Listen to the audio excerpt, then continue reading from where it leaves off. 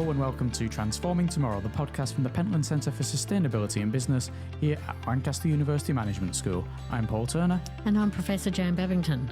Let's go to the future. Today we're chatting Japan and Society 5.0, Europe and Industry 5.0.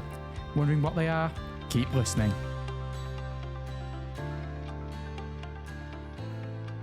What version of Jan are you? That's what I want to know. Well, version 1 was quite early on. Version 2, probably getting to school. Maybe Okay. version 3, university. Mm-hmm. Version 4, early career, and version 5, which is a perfectible one for now. You're at version 5. I still like to think I'm probably at version 2. But version 2 was so good, why do you need to keep updating it? It's a perfectly acceptable version. I don't need to run more updates and, yeah. No. You seem sceptical. Well, I think version 5.0, Jan, sounds like the best version. The reason I mention this, Jan, is because today we're going to be talking about Society 5.0 and Industry 5.0. Which suggests that there's 1 through 4, which we might not go into in very great depth. Hang on. It suggests more than that. It suggests there's version 1.1, 1.2, 1.3, because otherwise it'd just be Society 5 and Industry 5. Oh, heavens. That sounds like a football scoreboard, doesn't it? I think we need Society 5, Industry 5. I think we need some expertise that you and I clearly don't possess between us. I don't know what you're suggesting. My knowledge of numbers between 1 and 5 is perfectly sound. My knowledge of Society 5.0 and Industry 5.0, on the other hand, yes, I take your point. We have 2 people with us, though, who will be able to enlighten us on both of those subjects. In the studio with us, we have Rebecca Liu, who is a senior lecturer in the Department of Marketing. Joining us online, we have Steve Kramer, who is a consultant analyst at Perifas, a company that specialises in connecting technology innovators. Welcome, Rebecca. Welcome, Steve. Thank you. Rebecca, I want to start with you. Can you tell us a little bit about your research interests and how they link into Industry 5.0 and Society 5.0? My story really starts with my decades of experience working in the industry. Back then, as a manager, I was constantly challenged to come up with new products, which pushed me to dive deeper into innovation. And that's what eventually led me to pursue a PhD in innovation management and market research. And from there, my research naturally evolved to focus on digitalization, sustainability, and of course, innovation. Fast forward to 2023, I was honored to receive a research award from Daiwa Anglo-Japanese Foundation. And this award supported a project I call the Trinity Project, which brings together design thinking, digitalization, and sustainability. It's been such a rewarding and eye-opening experience. What's really fascinating is how our Trinity model closely aligns with Japan's vision of Society 5.0 and Europe's concept of Industry 5.0. Isn't that interesting, though? Society 5.0 and Industry 5.0 didn't come from the same place. Well, I'll make it very interesting soon. Steve, can you tell us a little bit about your background in policy and with Perifas, and how does your work cross over with sustainability in business and that general area? Let me start with Perifas, which is it's a consulting firm based in the south of Britain, but with a lot of connections to the northwest. And the founder, Keith Williams, is actually a fellow at Lancaster Business School. Perifas is involved in helping innovative companies and high-tech companies to accelerate their growth.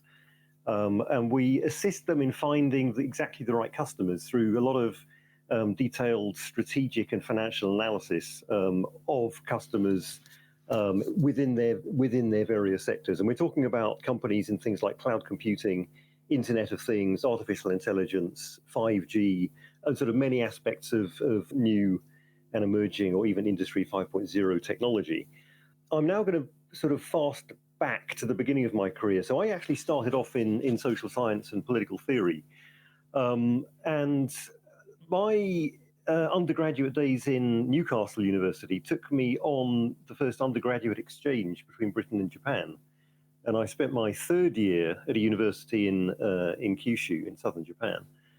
fast forward a little bit, I ended up working for an agency of the Japanese Foreign Ministry in London, working with companies both on the Japanese side and on the UK and increasingly the European side, advising both on doing business with each. That led me into consultancy, and another little fast forward, an MBA later, and I'm involved in a lot of work to do with supply chain. Inevitably, these global companies have got sort of tentacles stretching all over the place. And a lot of my work started going into both the policy side, public policy, and increasingly into things like supply chain sustainability.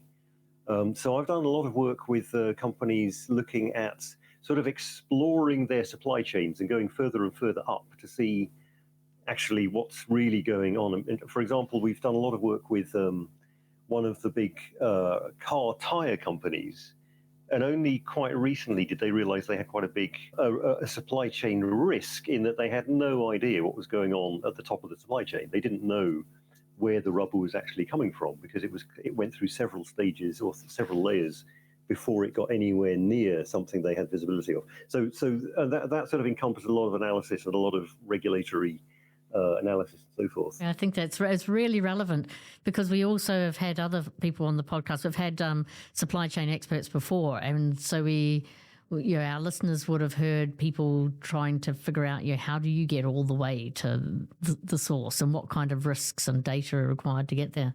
And we've talked about things such as Scope 2, Scope 3 emissions, how, the effects all up and down the supply chain of the people you deal with, but also your customers. Yeah, it's such a broad-ranging thing. It makes perfect sense to us. Okay, wonderful. And the other bit of the sort of jigsaw is that a lot of my policy wonkery, if you like, led me to working on one of the projects for the Society 5.0 that we'll talk about a bit later.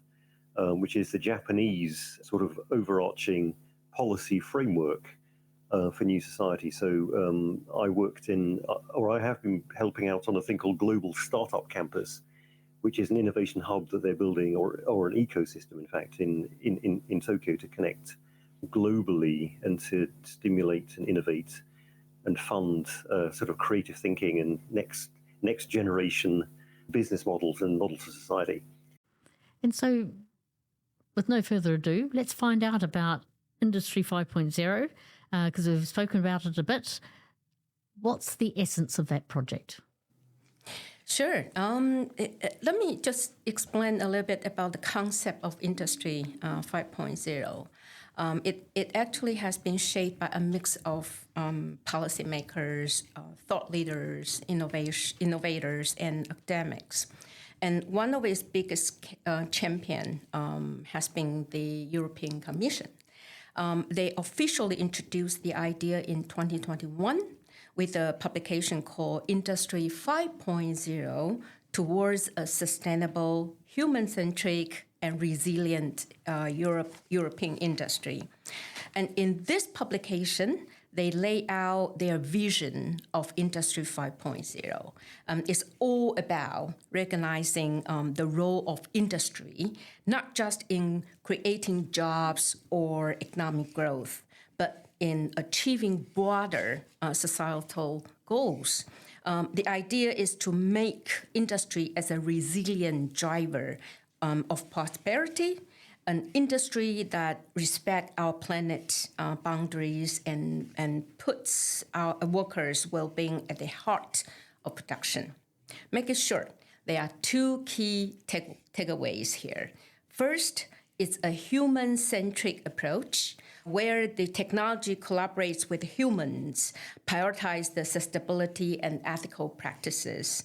And the second, it shifts the focus from just being efficient and productive to really prioritize societal well-being and recognize the limited availability of our resources. And it's a broad, forward-thinking model, and its importance is pretty far-reaching. Why is it important, Steve? It's important because Europe in the round is facing a lot of significant challenges. Some of these came to the fore. I mean, obviously things like COVID, the COVID pandemic sort of presented a lot of brought into strong relief some of the risks and vulnerabilities facing the European industrial structure.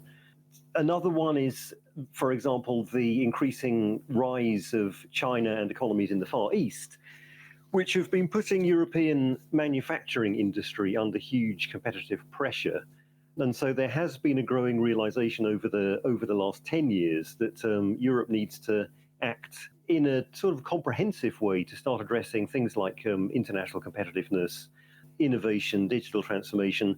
That's one area. Another area which is sort of underpinning this is the drive towards net zero and the kind of increasing urgency to move quickly to decarbonize supply chains, to decarbonize energy generation and so forth. That needed to accelerate. And then another one, which is also common with Japan, and some of these are common with Japan, as we'll discover a bit later. Another one is the fact that Europe is undergoing quite a profound demographic shift. So birth rates are falling across Europe.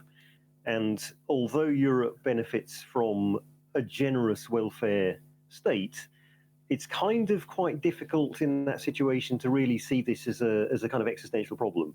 The folks at the European Commission who take a sort of a technocratic view of planning, and I'm using that not in a pejorative sense, but in a sort of forward-looking sense.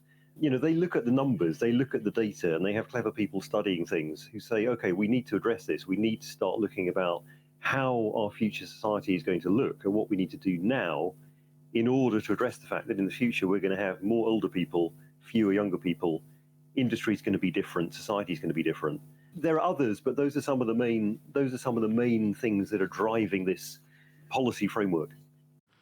And I suppose in some ways, given how you've described it, it suggests that Industry 4.0 ambitions did not address these things. It was maybe blind to environmental impacts, etc. But I do wonder with how you've described it in terms of more digital innovation and reliance on AI, which itself is quite energy intensive, whether or not that sets up some tensions and some conflicts in trying to be sustainable, human-centered and resilient, because we like all three of those things, don't disagree with any of them. But how do they come together as opposed to be in conflict with each other? Honestly, that's a great question. First, sustainability.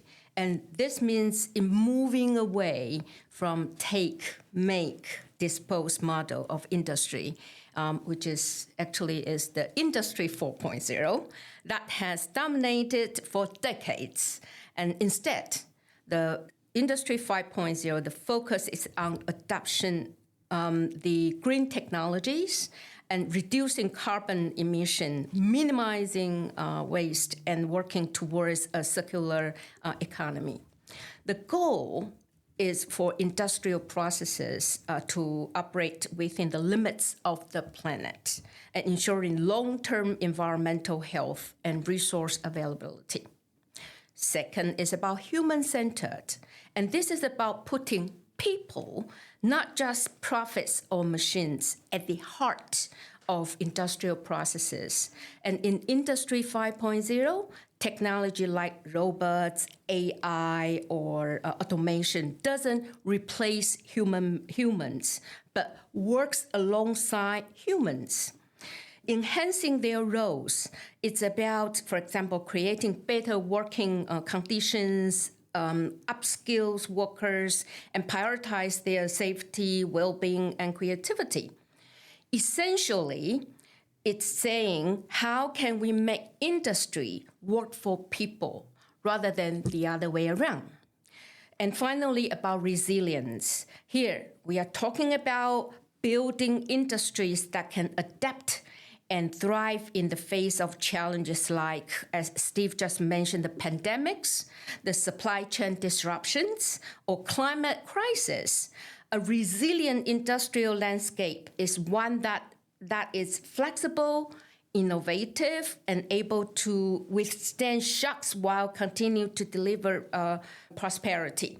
So, when we put it all together, the vision is for an industrial ecosystem that's environmentally sustainable, deeply respectful of people, and strong enough to navigate an uncertain future. It's a shift from just being productive and efficient to being responsible, ethical, and adaptable. So can industry in its current form be sustainable? And if not, what needs to happen for it to be sustainable? The question about whether industry can be sustainable, it's sort of useful to think about how the European Commission comes up with policy frameworks. And so Rebecca has very sort of crisply outlined what Industry 5.0 is. That's the outcome of the process. Inside the process, you've actually got a lot of contending interests and ideas. For example, on one side, you've got the German steel and coal industries and trade unions and owners of those businesses who are perhaps a little bit less keen on rapid decarbonisation. On the other side, you have environmental groups who want to go sort of straight away, could do it yesterday if they could, and everything in between. So the clever thing of the European Commission, one of the things they're very good at, is engaging with their stakeholders and coming up with compromise at multiple levels of the process in order to come up with a single framework and a single vision.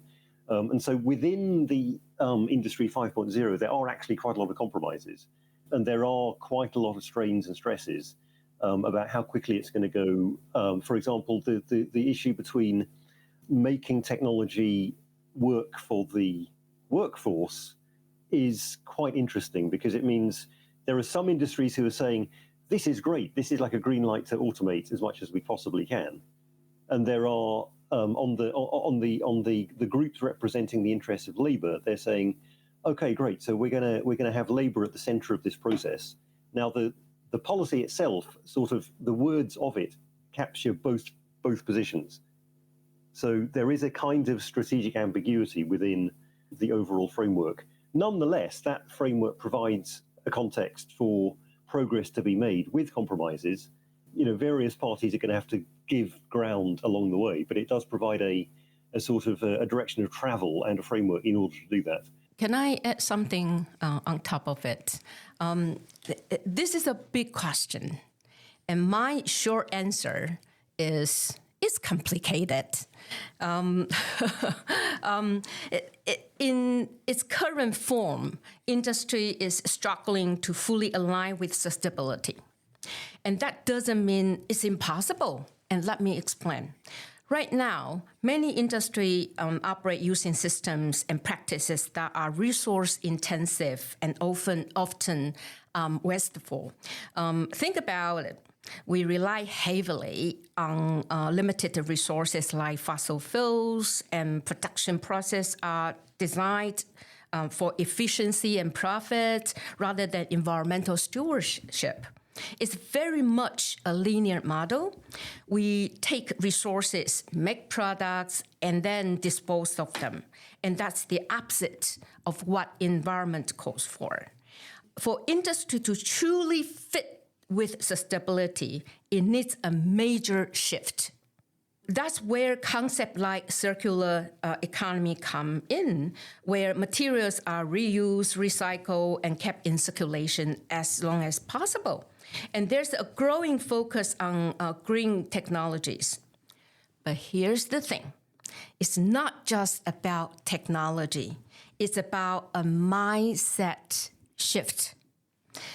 Industry 5.0 emphasizes a mindset shift from efficiency and profit to human-centric approach. And honestly, there are already industries and companies leading the way, from adopting carbon neutral goals to implementing innovative waste reduction strategies. And they are proving that change is possible. But as a whole, I believe most industries still have a long way to go. So, can industry in its current form fit with sustainability? My answer is not without some big changes, but with the right innovation, policies, and commitment to rethink how we do business, I believe it's definitely within reach. We want to move on to Society 5.0, but I've just got a question. We're aiming towards Industry 5.0. How long has Industry 4.0 been around? What was Industry 3.0? This is a very interesting question because we actually are talking about the progression of humanity, for the version 1.0, 2, and 3, and 4. The Industry 4.0, we are still in there, and it's just happened not long ago because we are talking about information. We are talking about all digitalization, and then it create a lot of worries. Will AI replaces us? Will we, the loss of job? Will, here and there? And that is the key issue. Why a bunch of people, a forward-thinking thought leader, think about, hey, that is probably not right. And think about the environmental problem, think about the society, and we have to think about future. I'm not sure how long that we can jump from 4.0 to 5.0, but we definitely need to have a vision for our generation to come. And my Wikipedia-based analysis ahead of us is that Industry 1.0 was the Industrial Revolution. That was going to be my suspicion as well. So, you're talking about the 18th century, essentially. Yes. So 4.0, 3.0 was sort of mid-20th century, 4 sort of later. So I guess this is the 2000s in the Brave New World. Okay. So 4 and 5 are quite quickly on the back of each other. Yeah. Moving on to another 5 then, let's talk about Society 5.0. Can you give us that same context of what Society 5.0 is and its origins? So Society 5.0 is a concept that originated in Japan. But before we dive into its origins, let's look at where the term comes from. The term 5.0 represents the progression of society through 5 distinct stages of evolution. So it's very much like you just discuss about Industry 1.0 to Industry 5.0. And these stages trace humanity's journey from the hunter-gatherer era to agriculture age, the industrial age, and the information age. And this concept was first introduced by Japanese government in 2016 as part of its 5th Science and Technology Basic Plan. The initiative was aimed at addressing both global challenges and Japan's own demographic shifts, as Steve just mentioned, such as aging population or the need for greater sustainability. At its core, Society 5.0 is a vision of a super smart society, and where advanced technologies like AI, Internet of Things, big data, and robotics are seamlessly integrated into everyday life to solve societal issues, improving well-being, and create sustainable development. Is about blending the cyber world with physical world to create a harmonious environment where technology serves the needs of people in more profound and personal ways.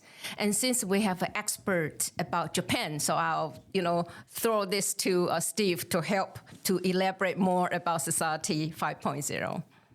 I think it would help if I give it a little bit of backstory, taking it to a more kind of historical perspective without going down the rabbit hole. I just wanted to say that, this comes in the context of post-war Japan, which saw a kind of rebuilding of a society that had been destroyed pretty much.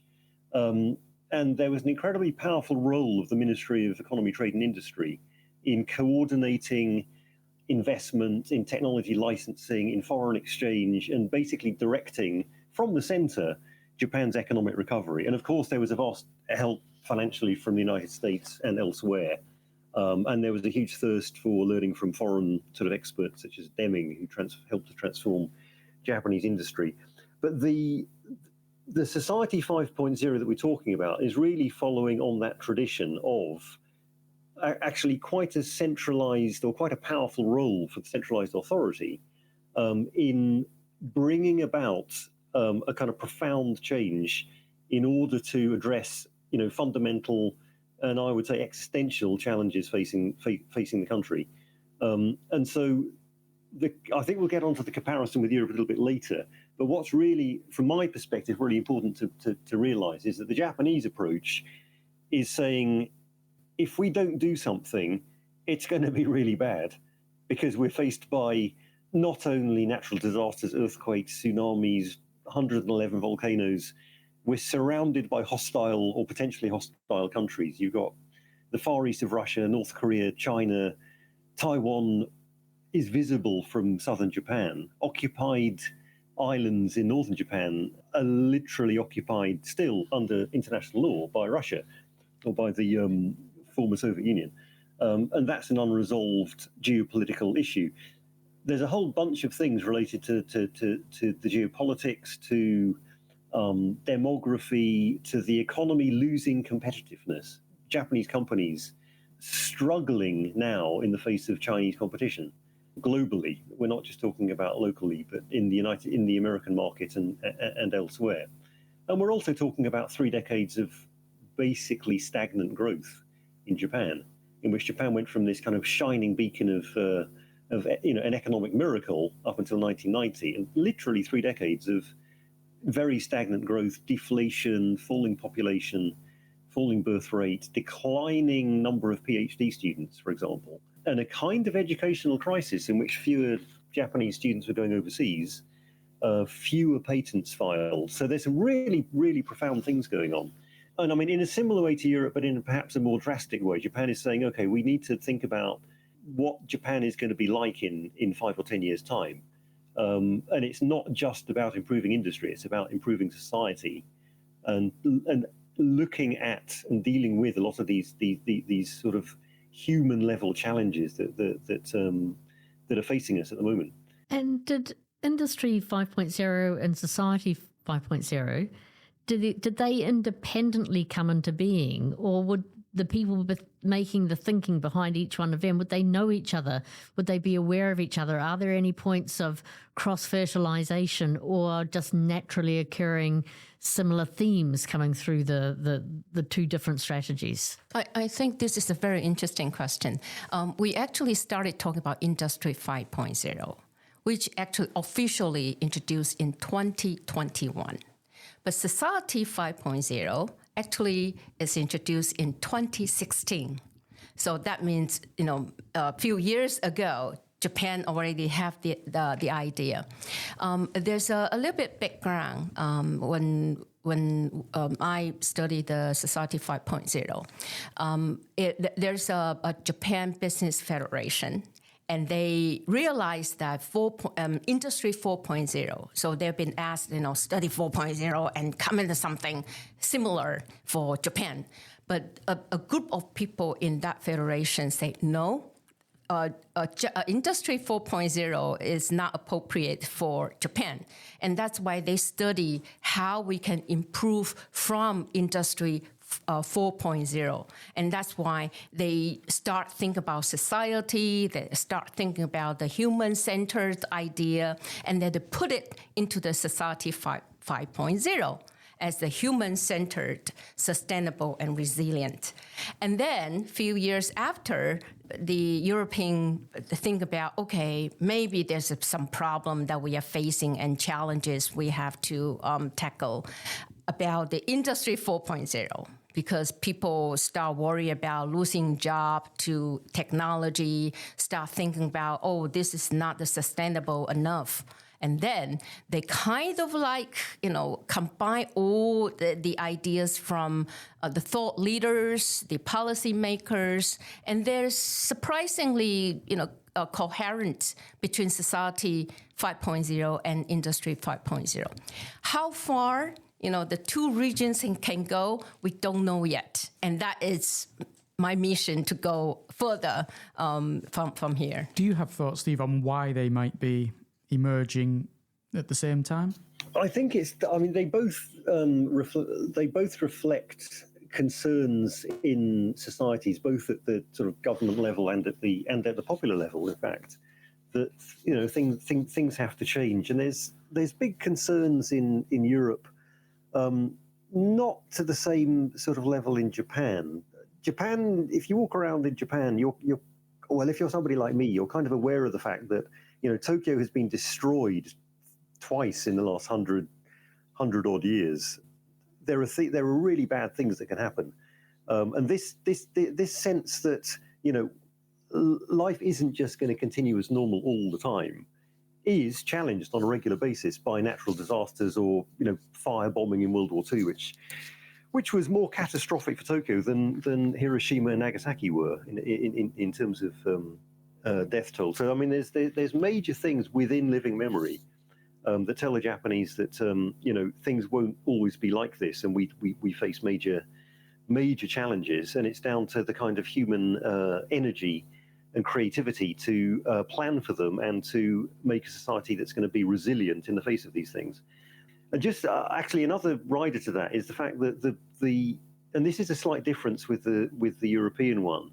The Japanese approach is saying, we want to be innovative at a societal level using technology, but we want to give this to the world. We want this to be something that we can contribute to a better world. We can kind of export our ideas, almost like a sort of the soft power that we've seen grown a lot in the last few years from Japan and Korea as well.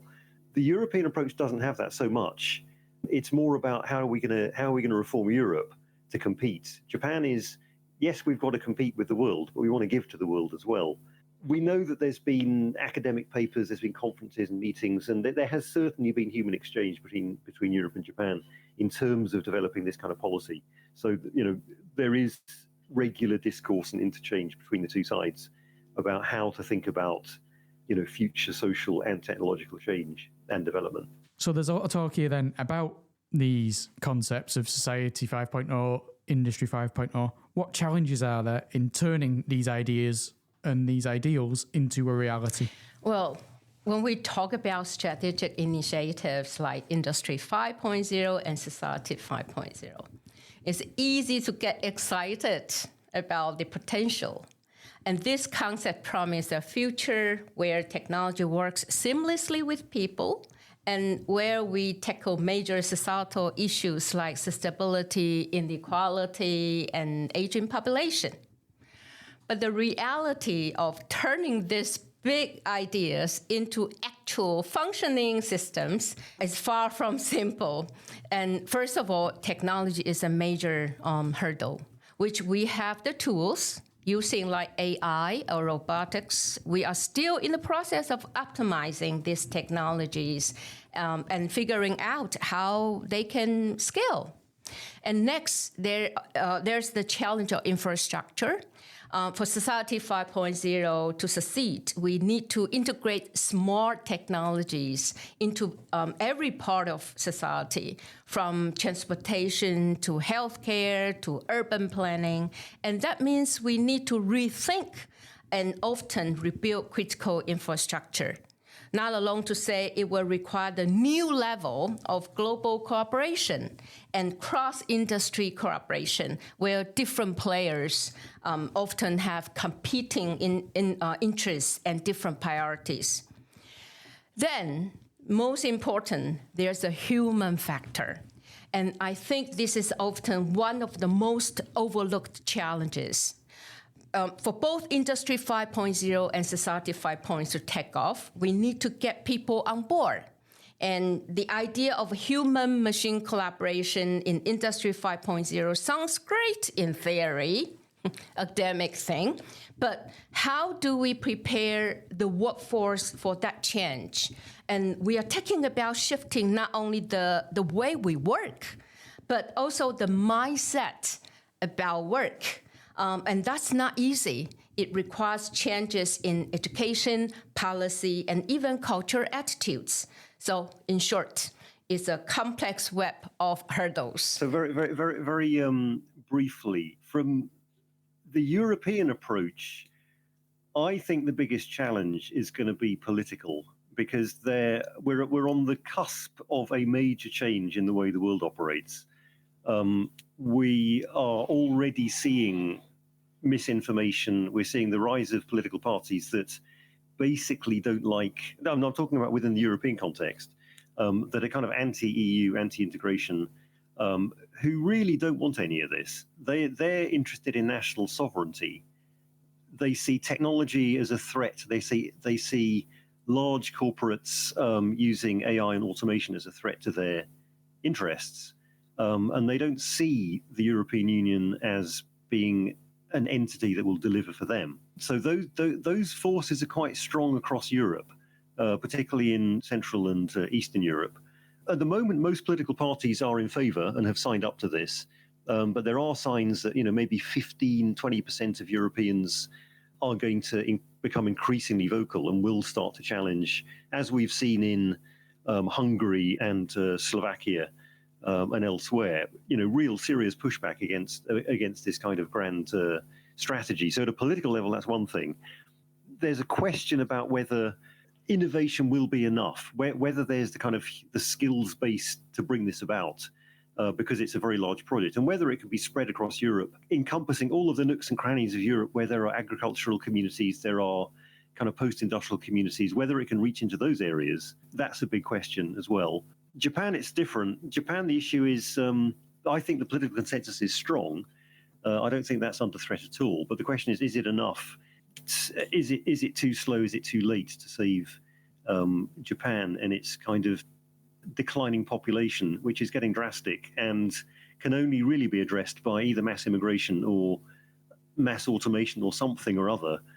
The policymakers are trying to find a path that doesn't result in major social turmoil that could occur if there's, in the case of mass immigration, to address the labour crisis. So, I mean, there's questions about how feasible it actually is. And the third thing which underpins both Japan and Europe, is deglobalization. Both of these economies have grown on increasing levels of globalization. We're now in reverse. There's no question about it. The supply chains are getting fragmented. Economies of scale are declining globally. And how do both these economies deal with these fundamental changes that are going to affect a lot of lives, while they try to sort of rewire the economies and the societies to address these issues? Right. I've had enough of challenges, obstacles, difficulties, and negativity. I want to end on a positive note. And what are you hopeful about for the future when it comes to Society 5.0, Industry 5.0? I'll start with you, Steve, and then we'll end with Rebecca. Okay, sure. And in a way, these are kind of flip sides of the same coin. But I mean, starting with Europe, a potential weakness of Europe is also a massive strength, which is the diversity of thought, of culture, of language, of food. And great diversity brings about a great sort of creative, fertile soil for great ideas. And not everything is going to work everywhere all of the time, but from that diversity you can get local solutions, you can get things, you can learn from best practice, and you can share brilliant ideas and adapt them for local conditions. So I'm very, very positive about the capacity of Europe to come up with good ideas and to collaborate. And another factor which also is a positive thing, both for Japan and for Europe, is something. Well, I mentioned this before, is the kind of technocratic approach. They value experts in government, in business. They've got a lot of PhDs, a lot of professors, a lot of people who are kind of learned, and they respect the kind of technocratic, data-driven approach to decision making. It doesn't always work, but there's a kind of respect for deep thinking. And I think that's a very positive thing. I mean, particularly coming from a society which occasionally has put the rhetoric first and then tried to work out what the policy is going to be, as opposed to building policy from the ground up with data and knowledge and understanding and kind of thoughtfulness. So, yeah, I mean, I think there's a lot of positives to be had. And also, I mean, back to Japan, things like the fact it's a growing cultural superpower. Young people want to go to Japan. They love manga, they love the food, they love the fact it's cheap. It's an attractive place for entrepreneurs and innovators, and it is fulfilling that objective to make a positive contribution to the world in that sense. So there's a kind of cultural aspect to this as well, which I'm very, very positive about. I can safely say I hadn't expected both technocrats and manga to be part of your reasons for optimism, but there we go. How about you, Rebecca? Well, honestly, when I think about the future, especially in the context of forward thinking like Industry 5.0 and Society 5.0, there's a lot that fills me with hope. And we are at the incredible crossroads where challenges of the present are urging us to rethink how we live, work, and interact with technology. And the good news is there are a lot of exciting possibilities ahead. One of the most hopeful aspects is the potential of human-centered innovation. With the Industry 5.0, we are talking about technology that empowers us rather than replaces us. And imagine a future where you have a robot helping you in the factory, or an AI assistant in the office. But it's not just doing your work for you, it's supporting you to do your best work. And that's something truly hopeful. And then when I look at Society 5.0, I see an incredible opportunity for technology to address some of the world's most pressing issues. For example, aging populations, healthcare access, environmental sustainabilities. These are problems we have known about a long time, but technology like AI and robotics have been the potential to solve the problem in ways that we were unimaginable a decade ago. And there's something deeply hopeful about the idea I really like this statement, is technology can save humanity. So I repeat it, technology can serve humanity. And I just want to say, keep thinking about the possibility to transform tomorrow and stay curious. And that's so much to look forward to. And that, to me, is incredibly exciting. Thank you, Rebecca. Thank you, Steve. It's been a great conversation. If you had to pick, Jam, which level of society would you have lived at? 1.0, 2.0, 3.0, 4.0, 5.0? I'd like a little bit of all of them, and I suppose I'm not a technophobe because I use technology all the time, and You record a podcast that yes, involves some indeed, technology. Indeed. But I suppose I didn't find 5.0 that appealing with me that I would seamlessly somehow be connected with technology, and this would create a different kind of thing. So I'm probably a bit of a mid 20th century kind of gal, but with better healthcare and equal pay. You see, so it's quite hard. You're taking a little bits of elements. I don't see much hunter gathering in there, so maybe 1.0 is far in the past for you. You're quite happy not to have that. Yeah, but also the Industrial Revolution for the industry side of things. I mean, that was a hugely, in some ways liberating, disruptive, but also very polluting time as well. So it's really it's interesting looking at those things and trying to sort of navigate what Yes. might be going on next. Yeah, I don't think Industry 1.0 was much good for you if you happened to be a young child who was having to collect things from underneath, massive spinning wheels and machines, and getting crushed and climbing up chimneys and all this stuff. But yeah, there are certain elements of that Industry 1.0 through to 5.0 and Society 1.0 through to 5.0 that, I can see why you'd pick that. Yes.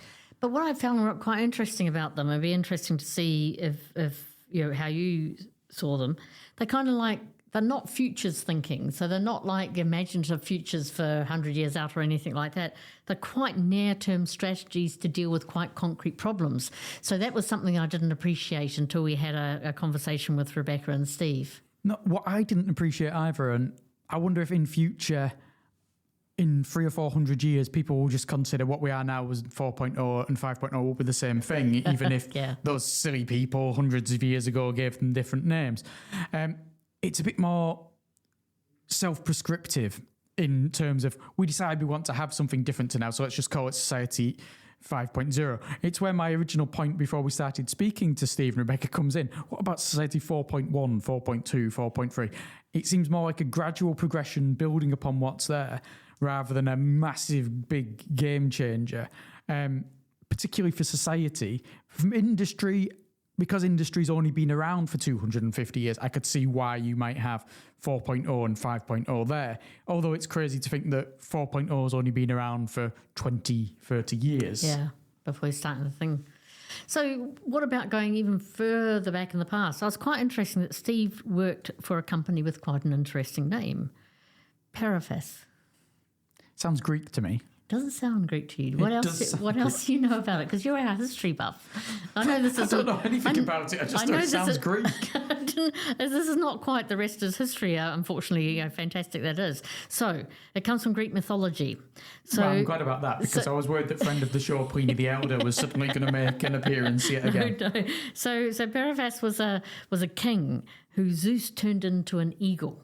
Ah. Yeah, so it didn't seem like we were so much in the current. I didn't think to ask Steve about that, but I did look up what their company name was. So yeah, a king that's turned into an eagle by Zeus.